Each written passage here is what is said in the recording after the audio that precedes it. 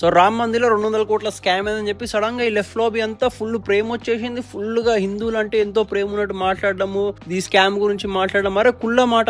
అసలు మీరు ఎవరు మాట్లాడడానికి దాని గురించి? మీరు ఎవరు? మీకు అవకాశం లేదు. 200 కోట్ల స్కామ్ చాలా చిన్న స్కామ్, ఇట్లా ఇట్లా తుమ్ము వెళ్ళిపోతుంది. అర్థమైంది? అయినా సరే యోగి బాబా 2 weeks లో సాల్వ్ చేసిండు. కర్ణాటక గవర్నమెంట్ టెంపుల్ లెక్కన ఫండ్స్ తీసుకుని మైనారిటీ స్కీమ్ లో ఇన్వెస్ట్ చేస్తుంది, మళ్ళీ టెంపుల్ మీద ట్యాక్స్ ఇంపోజ్ చేస్తుంది. కేరళ గవర్నమెంట్ శబరిమల టైంలో ఇంత మంది భక్తుల దగ్గర పైసలు తీసుకొని మినిమం బేర్ ఫెసిలిటీస్ కూడా ప్రొవైడ్ చేయలేదు. Tamil Nadu government M K Stalin ruling లా అడ్డదిడ్డంగా టెంపుల్ గోల్డ్ ఎత్తుకొని పోతారు, టెంపుల్ ఫండ్స్ ఎత్తుకొని పోతారు. అంతెందుకు రా, కోవిడ్ టైంలో పబ్లిక్ హెల్ప్ కోసం ఫండ్స్ ఇచ్చిన టెంపుల్స్. గట్టిగా మాట్లాడితే ఇండియాలో ఉన్న స్టేట్లల్లో అన్ని టెంపుల్స్ మీద బతుకుతాయి. మా సంపద ఆ పొద్దును దోసుకోబోతున్నారు. ఆ పొద్దు ఇన్ని ఇన్సిడెంట్ల మీద మాట్లాడని మీరు నాన్ హిందూస్ రిలీజియస్ సెంటర్లు ఏవైతే వాటి ఫండ్లు టెర్రరిస్ట్ ఆర్గనైజేషన్ లో పోతుంటే వాటి మీద మాట్లాడని మీరు మీ బాడుకోలు మీరు ఇప్పుడు వచ్చి మాట్లాడుతున్నారు. అవకాశం లేదురా మీకు.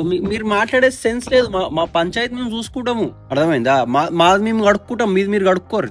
అరే ఓపెన్ చేయి, అయితే నువ్వు దెంగే